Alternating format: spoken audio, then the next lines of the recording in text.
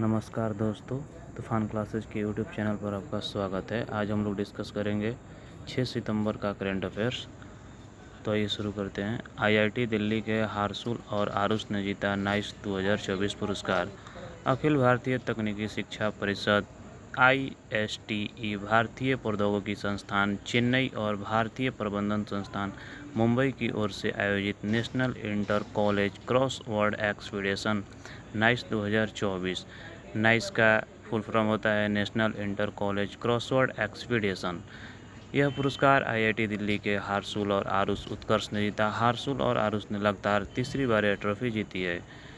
Bits Pilani Hyderabad campus की BK Sai Gayatri दूसरे स्थान पर रही। वहीं शस्त्रा यूनिवर्सिटी तंजावुर के अभिनव और सहाना ने तीसरा स्थान हासिल किया।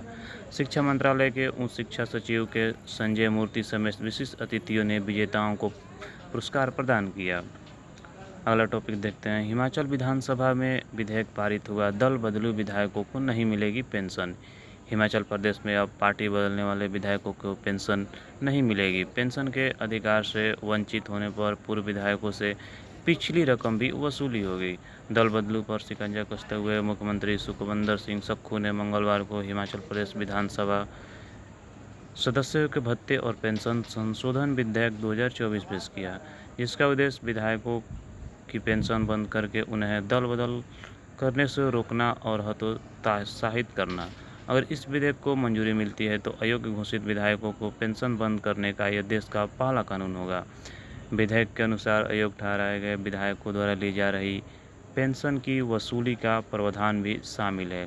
संविधान की 10वीं अनुसूची, जिसे लोकप्रिय रूप से दल बदल विरोधी कानून के रूप में जाना जाता है, राजनीतिक दल बदल को रोकने के लिए बनाई गई है। दल बदल विरोधी कानून 1985 में संसद द्वारा पारित किया गया था। विधेयक में कहा गया है कि अगर किसी व्यक्ति को संविधान की 10वीं अनुसूची के तहत अयोग्य घोषित कर दिया जाता है तो वह इस अधिनियम के तहत पेंशन का हकदार नहीं होगा। बिहार के बिहटा, मानपुर और हुकाहा में बनेंगे high speed railway station. Bihar में हाई स्पीड रेलवे कॉरिडोर के 3 स्टेशनों के लिए जगह तय की गई है। तीनों स्टेशन पटना के बिहटा, गया के मानपुर और बक्सर के हुकाहा में बनेंगे। राज्य सरकार के विभागीय समिति ने 3 स्टेशन निर्माणों के लिए जगहों पर सहमति जता दी है। साथ ही आरा में स्टेशन निर्माण की अनुशंसा की गई है। पटना, गया और बक्सर में एक एक स्टेशन निर्माण के लिए जगह तय। राज्य सरकार ने दी हाई स्पीड ट्रेन के 3 स्टेशनों के जगह को मंजूरी। राजस्थान रॉयल्स के मुख्य कोच बनेंगे राहुल द्रविड़। भारत को अपनी कोचिंग में T20 विश्व कप विजेता बनाने वाले राहुल द्रविड़ अब नई पारी के लिए तैयार हैं। द्रविड़ IPL 2025 में राजस्थान रॉयल्स के कोच बनेंगे।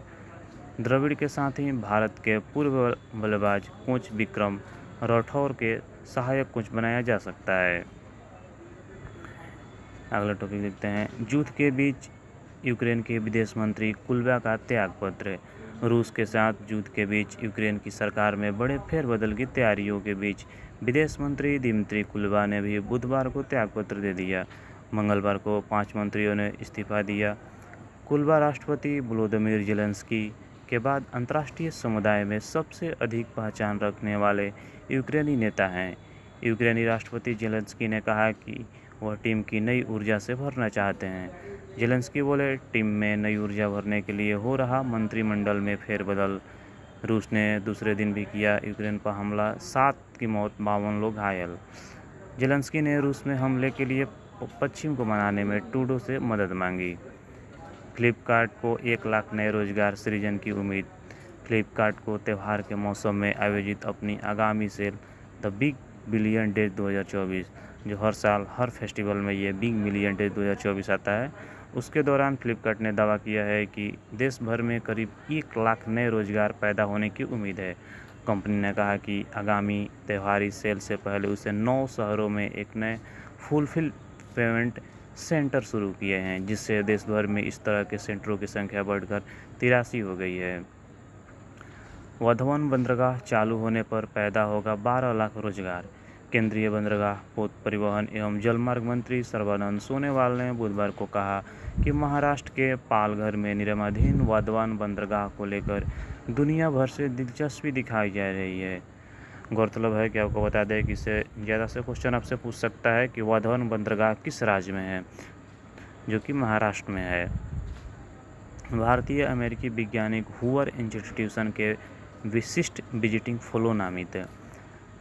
प्रसिद्ध भारतीय अमेरिकी एरोस्पेस विज्ञानी डॉक्टर विवेक लाल को स्टैनफोर्ड विश्वविद्यालय के प्रतिष्ठित हूवर इंस्टीट्यूशन के विशिष्ट विजिटिंग फेलो के रूप में नामित किया गया है। दुनिया के सबसे प्रभावशाली थिंक टैंक में से एक हूवर इंस्टीट्यूशन एक प्रमुख शोध केंद्र है। आर्थिक समृद्धि, राष्ट्रीय सुरक्षा और लोकतांत्रिक शासन को बढ़ावा देने वाला नीतिगत अवधारणाओं के लिए समर्पित है। त्रिपुरा के 2 उग्रवादी समूहों के साथ हुआ शांति समझौता। पूर्वोत्तर राज्य में हिंसा समाप्त करने और शांति बहाली के लिए बुधवार को गृह मंत्री अमित शाह की मौजूदगी में केंद्र, त्रिपुरा सरकार और राज्य के 2 उग्रवादी समूहों के बीच शांति समझौते पर हस्ताक्षर हुए। National liberation front of Tripura NLFT और ऑल त्रिपुरा टाइगर फोर्स, ये जो दोनों संगठन है, national liberation front of Tripura, ये त्रिपुरा से बिलोंग करता है, और ऑल त्रिपुरा टाइगर फोर्स, जो दोनों ही उग्रवादी संगठन है। इसके दौरान मुख्यमंत्री मनिक शाह, जो कि त्रिपुरा के मुख्यमंत्री मनिक शाह हैं, और गृह मंत्रालय जो अमित शाह के पास है, राज्यों के वरिष्ठ अधिकारी भी मौजूद थे। 250 करोड़ उग्रवाद प्रभावित इलाकों के लिए मंजूर। दलाई लामा को सौंपा 1959 में नामित रेमन मैग्सेसे पुरस्कार। जो ये रेमन मैग्सेसे पुरस्कार अवार्ड है, दलाई लामा को 1959 में ही सौंप दिया गया था, लेकिन कुछ कारणवश यह पुरस्कार उनको 2024 में दिया जा रहा है। तो आइए इसके बारे में जानते हैं। रेमन मैग्सेसे पुरस्कार फाउंडेशन के सदस्यों, भारतीय पुरस्कार विजेताओं ने बुधवार को मैक्लोडगंज में धर्मगुरु दलाई लामा से उनके निवास पर भेंट की। इस दौरान फाउंडेशन के सदस्यों ने दलाई लामा को रेमन मैग्सेसे अवार्ड एवं पदक सौंपा। रेमन मैग्सेसे पुरस्कार फाउंडेशन द्वारा इस अवार्ड के लिए दलाई लामा को वर्ष 1959 में ही नामित किया था, लेकिन उनके भारत आ जाने के कारण उस समय अवार्ड व पदक उनके भाई को सौंपा गया था। पूर्व राजपूत जोस एल कुसिया ने बताया कि अध्यक्ष सहित अन्य ट्रस्टी दलाई लामा को एक प्रतिष्ठापन पदक प्राप्त करने आए हैं। इसे एशिया के सबसे बड़ा पुरस्कार और श्रेष्ठ सम्मान माना जाता है। दलाई फिलीपींस के 7वें राष्ट्रपति के नाम पर दिए जाने वाला यह एशिया के लोगों को निस्वार्थ सेवा और परिवर्तनकारी नेतृत्व को सम्मानित किया जाएगा। जो ये रेमन मैग्सेसे पुरस्कार है, यह एशिया का सबसे बड़ा पुरस्कार माना जाता है, और यह फिलीपींस के 7वें राष्ट्रपति के नाम पर, रेमन मैग्सेसे के नाम पर दिया जाता है। रिलायंस को मिली AC बैटरी बनाने की जिम्मेदारी। यहाँ पर आपसे डायरेक्ट क्वेश्चन पूछ सकता है कि AC बैटरी बनाने की अभी हाल ही में किस कंपनी को जिम्मेदारी दी गई है, तो रिलायंस है। भारी उद्योग मंत्रालय ने गुणवत्ता और लागत के आधार पर PLI के तहत कंपनी का किया चयन। भारी उद्योग मंत्रालय ने प्रोडक्शन लिंक्ड इंसेंटिव स्कीम के तहत 10 गीगावाट आवर क्षमता वाले advance chemistry cell battery manufacturing के लिए रिलायंस इंडस्ट्रीज का चयन किया है। मंत्रालय के मुताबिक गुणवत्ता और लागत मैकेनिज के आधार पर यह चयन किया गया है। ऐसी ऊर्जा को स्टोर करने की एडवांस तकनीक है। इसके तहत इलेक्ट्रिक एनर्जी को इलेक्ट्रोमैकेनिकल ऊर्जा के तौर पर स्टोर किया जाता है और फिर उसे ज़रूरत पड़ने पर बिजली के में बदला जा सकता है। एनर्जी को स्टोर करने की एडवांस तकनीक है। ऐसी बैटरी ज़रूरत पर इसे बिजली में बदल सकते हैं। इसका इस्तेमाल इलेक्ट्रिक वाहनों से लेकर पावर बैकअप जैसी जगहों पर किया जा सकता है। पहले चरण में 3 कंपनियों को 30 GWH स्टोरेज विकसित करने का काम किया गया है। ग्रीन हाइड्रोजन को बढ़ावा देने के लिए लाए स्टार्टअप। नवीन एवं नवीकरणीय ऊर्जा मंत्री प्रह्लाद जोशी ने ग्रीन हाइड्रोजन क्षेत्र में नए विचार के लिए, जो नवीन एवं नवीकरणीय ऊर्जा मंत्री हैं अभी फ़िलहाल में प्रह्लाद जोशी हैं, जिनके द्वारा ग्रीन हाइड्रोजन क्षेत्र में नए विचार के लिए स्टार्टअप लाने की ज़रूरत पर जोर दिया जा रहा है।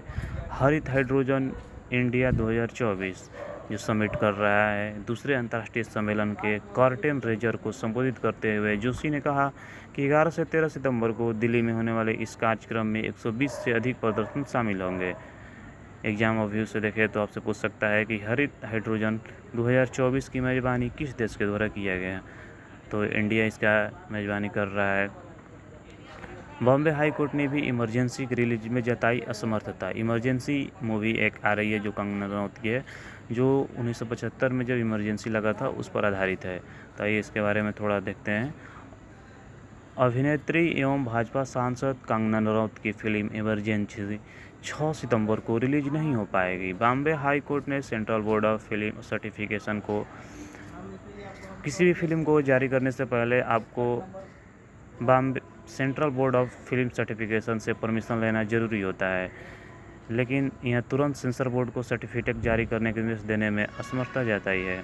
बॉम्बे हाई कोर्ट का कहना है कि ऐसा करना मध्य प्रदेश हाई कोर्ट के फैसले का विरोधाभास होगा। कोर्ट ने CBFC को अपना फैसला 18 सितंबर तक लेने को कहा है। इस मामले में अगली सुनवाई अब 19 सितंबर को होनी है। CBFC को 18 तक सेंसर सर्टिफिकेट जारी करने का निर्देशन 19 को सुनवाई होगी। कोर्ट ने कहा है कि MP हाई कोर्ट के फैसले के कारण नहीं दे सकते हैं त्वरित फैसला। पैरालंपिक में रजत जीतकर अजीत ने पेश की मिसाल। पैरालंपिक एथलीट अजीत सिंह यादव का जन्म 1993 में आज ही इटावा में हुआ था। 2017 में ट्रेन दुर्घटना में अपना बायां हाथ खोने के बाद खेलों की ओर रुख किया। 2019 में बीजिंग में world para athletic grand prix में भाला फेंक स्पर्धा में स्वर्ण जीता। बिहार में किसान सम्मान निधि के अपात्रों प्रति वर्ष 7,080 करोड़ रुपए का भुगतान, यानी कि बिहार में किसान सम्मान निधि के तहत जो किसानों को पैसा दिया जाता है, उसमें जो इस किसान सम्मान निधि के पात्र नहीं है वो 780 करोड़ रुपए का भुगतान कर लिए हैं। तो ये आपको वीडियो कैसा लगा कमेंट करके अपनी प्रतिक्रिया ज़रूर दें, और वीडियो अच्छा लगा तो लाइक कीजिए और चैनल को सब्सक्राइब कीजिए। जय हिंद।